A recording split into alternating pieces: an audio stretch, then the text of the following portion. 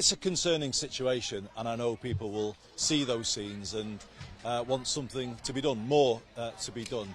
What I have done is firstly keep the current Home Secretary in place, because the plan she has implemented has started to make a difference. Although this is the peak period of the year for crossings, overall the number of crossings is down, the number of removals of people is up, so there is progress, but we... Well, there you go. This is GB News Originals. I'm Emily Carver. Please do give this video a like and subscribe to our channel for more content like this. And do both recognise that we need to do more. And I will make a visit very shortly to Border Force on the South Coast to see the situation for myself, assess it, and then agree with the Home Secretary what further we need to do. We've made headway, but certainly more is needed. Andy called it the best day of his life. I think this might be the best day of my life. I'm not joking either. I know you think I am, but I'm not. What? The day after the biggest ever number of migrants arrived on one boat, 165 on them on our shores on a mega dinghy, and on a day when over 200 have crossed illegally. Power is going to flow, energy is going to flow, new ideas are going to come through, the region's going to play back their ambitions here, and the team is then going to say, right, we're behind you, we're going to make them work. That is a different way of running Britain. That is what I'm committed to do as Prime Minister. And I'm so grateful to everybody for making this day happen at the end of my first week, and now let's get to work. What? No mention of migrants? Nothing? Not a diddly squat?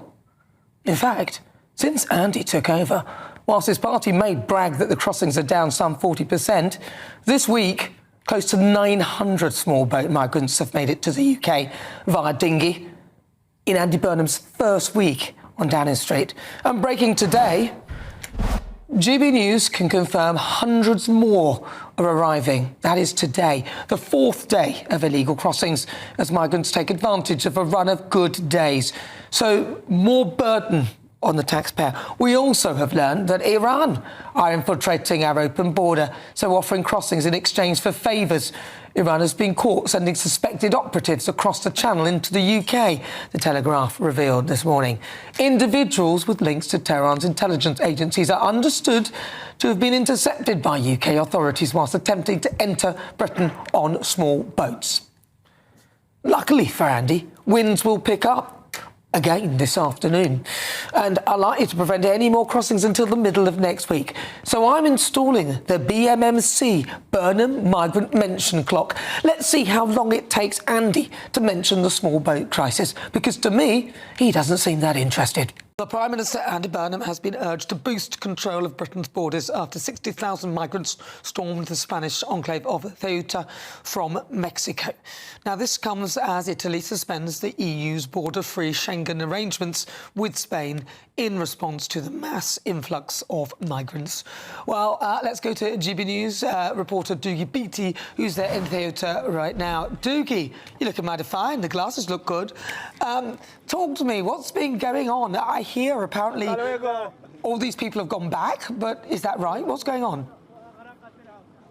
Well, the majority of them have gone back, and there's only one reason they went back: that Ceuta was closed down, locked down. No toilets, no water, no food, nowhere to stay.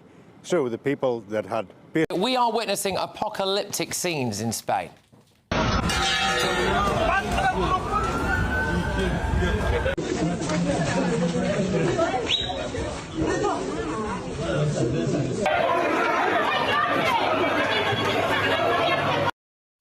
At least 60,000 illegal immigrants have stormed into Spain from Morocco in the last 24 hours, and they have immediately started attacking locals.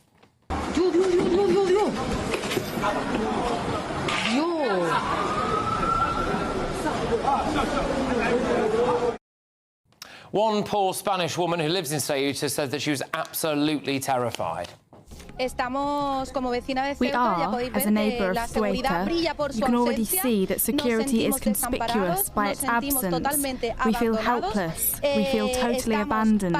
We are paralysed. This has paralysed an entire city. What is Andy Burnham's plan for this? Because, look, those are these lads, frankly, could well be on their way to Britain. We know that they've started sending some back to Morocco, but by no means all of them, and I would be very surprised if Spain is the final destination for every single one of them. This has been quite a comical response from Burnham so far. But it is a cause for concern, and we are making contact with the Spanish government, the Spanish authorities, to provide support, but also to understand the implications of that situation.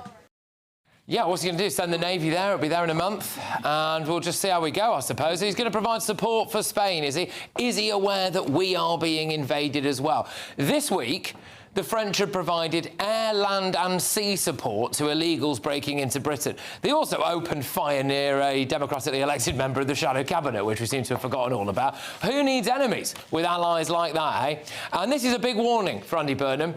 He said that he's now considering letting asylum seekers work before they've even been processed. So, a bit like this guy, presumably, the Sudanese illegal migrant who went into a school with a knife, a hammer, a hatchet and half a litre of petrol. Yeah, I mean, give that man a job. He had a knife with him. What would he have been, a surgeon? The hammer, I suppose, makes him an engineer, does it? I mean, the progressives in Spain thought they were doing the good, virtuous, decent thing, offering sanctuary to all of these poor young men. And now these poor young men have started breaking into locals' houses, demanding to squat in there for a bit.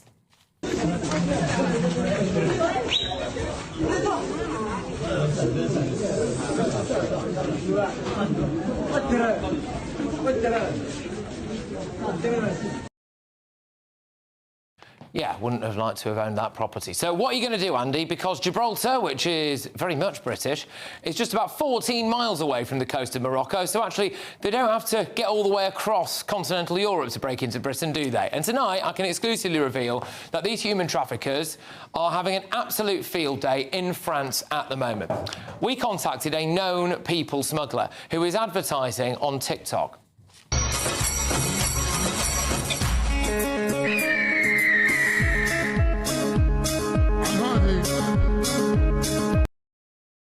You just see Angela Rayner behind the camera, can't you? Just absolutely having it. But anyway, we got his WhatsApp number and we've been messaging him. This, by the way, is his profile picture. And it just appears to be a man who looks a little bit like an ISIS fighter with the words "Traveller of Allah" written on it. So he's obviously lovely, isn't he? Very nice guy. This is what he said to us. We got the messages. He said that the French police can't do anything to stop these boats. They're powerless. He said, your police have no solution. They're in the middle of nowhere. And then he just quoted me 1,300 euros for a small boat crossing. So I think I'll keep my money in my pocket, actually, for now. But we are seeing what's happening in Spain, and we're seeing this happening in France right now. Our order is to let them go like that. Your order is to let them go? We just have to say to them, don't do that, it's dangerous. Yeah, so what I want to know is what's the plan, Andy? Because the illegals have managed to outfox Shabana Mahmood, and they're not stopping, and hundreds of thousands more are on the way. So let's... Borders on fire. Shabana Mahmood's reckoning as the Channel crisis engulfs Andy Burnham's new government. Right, let's talk about the number nobody in Westminster wants printed on the front page. 2,000. That's how many people have crossed the Channel in small boats since Andy Burnham walked through the door of number 10. Not 2 months in, not even close. And now the Home Secretary, Shabana Mahmood, has finally broken her silence. And honestly, what she said is going to leave you with more questions than answers. I'm your host, and this is Britain Underneath, the channel that doesn't do spin, doesn't do sound bites, and definitely doesn't do polite Westminster silence. If you're new here, this is exactly the kind of story we live for. So before we dive in, do yourself a favour and hit that subscribe button, because what I'm about to lay out for you is going to change how you look at every headline about the channel from here on out. So let's set the scene. Burnham didn't inherit a quiet inbox. He inherited a crisis mid-collapse. And the woman standing in front of the cameras trying to explain it all is Shabana Mahmood, a Home Secretary who's now facing the exact same wall that broke her predecessors, a channel that simply will not stop. Her message, stripped of all the diplomatic padding, was this: Labour needs to go further. Not we're doing enough, not trust the process. She actually admitted on the record that stronger borders are still needed. That's not something politicians say lightly, and it tells you something about how much pressure is building behind closed doors right now. Now, here's where it gets interesting, because Mahmoud didn't come out swinging with excuses. She talked about pull factors, the reasons people get into these boats in the first place, and said her strategy is about changing that calculus entirely, making people reconsider before they ever step near the water. It's a shift in language, a shift in tone, and if you've watched this crisis unfold as long as we have on this channel, you know that changes in tone often come right before changes in policy. Keep that in the back of your mind. And listen, if you're the kind of person who actually wants to understand what's happening behind the headlines, not just the headlines themselves, that's the whole reason Britain Underneath exists. So go on, tap subscribe, because we're only getting started, and this story has layers you are not going to see reported anywhere else. Here's the bit the government wants you to focus on. Removals are up 41% since Labour took office back in 2024. Over 70,000 people deported. That's a big number, and Mahmoud leaned on it hard.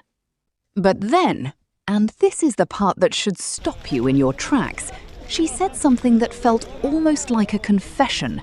She said the public's concern is shared, that she feels it every single time she sees those images of people crossing the channel. That's not the language of someone who thinks this is under control. That's the language of someone bracing for more bad headlines. And then there's the question that really mattered. Why, under a brand new Prime Minister, with all the promises of a fresh start, have 2,000 people crossed since Burnham took office? Mahmoud's answer leaned heavily on the National Crime Agency, insisting their work is starting to have an impact, and revealing that the number of NCA officers is being doubled. Think about that. You don't double a task force because things are going smoothly. You double it because the current approach isn't cutting it, and everyone in that room knows it.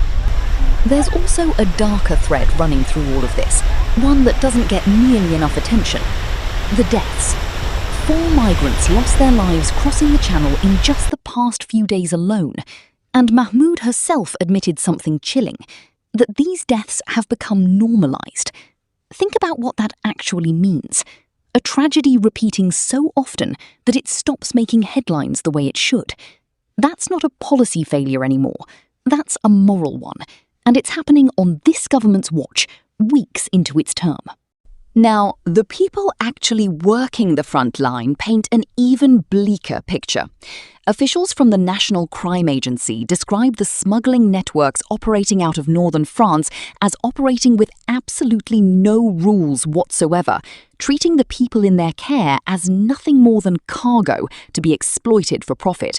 And here's the kicker. Britain can't simply march in and shut this down.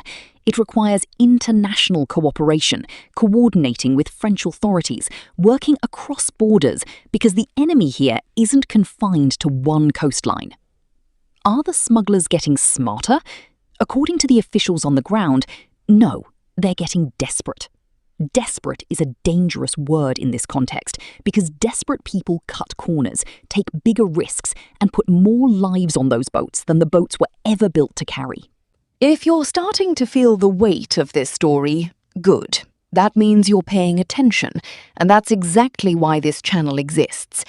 Subscribe now if you haven't already, because we're going deeper into what's actually happening on the ground, and trust me, it only gets more revealing from here. Joint operations between British and French authorities have led to dozens of arrests, people described as organisers of immigration crime, individuals who played critical roles in planning boat departures and supplying the vessels and engines that make these crossings possible in the first place. But here's the twist. Every time enforcement tightens in one location, the gangs simply relocate. Officials describe it as a geographic displacement, Calais and Dunkirk becoming harder to operate in, so the operation shifts. Boats and engines are now being stored and moved from warehouses, some as far as Western Germany, transported to the French coast within hours, almost like a supply chain built specifically to outpace enforcement. And the boats themselves are changing too. Smaller vessels are giving way to what are being called mega dinghies, taxi boats built to maximise every available resource, cramming as many people as possible onto vessels that were never designed for these journeys. One crossing attempt alone stretched over 120 miles, lasting 16 hours, launching from a beach roughly 220 miles from Calais. A journey like that isn't just dangerous, it's almost suicidal. And tragically, it ended in a death. Prime Minister Andy Burnham, for his part, has promised to be relentless. He visited the Joint Command Centre in Dover personally, the nerve centre where officers from multiple agencies track boat movements using surveillance drones around the clock. He told reporters that progress is being made, but that there's no room for complacency, and that he came down specifically to hear directly from the teams doing this work every single day. He talked about needing safe routes for people too, arguing that removing the gang's selling point matters just as much as enforcement itself. During that visit, Burnham was shown one of the small boats, a vessel that had carried 96 people in a single crossing back in May. 96 on one boat. Let that number sink in for a second, because it tells you everything about how overloaded, how dangerous, and how profitable this trade has become for the people running it. Since the start of last year, the number of National Crime Agency officers dedicated to tackling this kind of organised crime has more than doubled, climbing from under 400 to nearly 800. That's a serious escalation. But the question hanging over this entire story, the one Shabana Mahmood couldn't fully answer, is whether escalation on this scale can actually outpace a crisis that keeps rewriting its own rules faster than Westminster can respond. So there it is. A Home Secretary admitting the current approach isn't enough. A Prime Minister promising relentless action within weeks of taking office. And a channel that keeps testing both of them. This story is nowhere near finished, and neither are we. If this kept you watching till the very end, take a breath, stay informed, and make sure you're subscribed to Britain Underneath, because we'll be right here breaking down whatever comes next before anyone else does.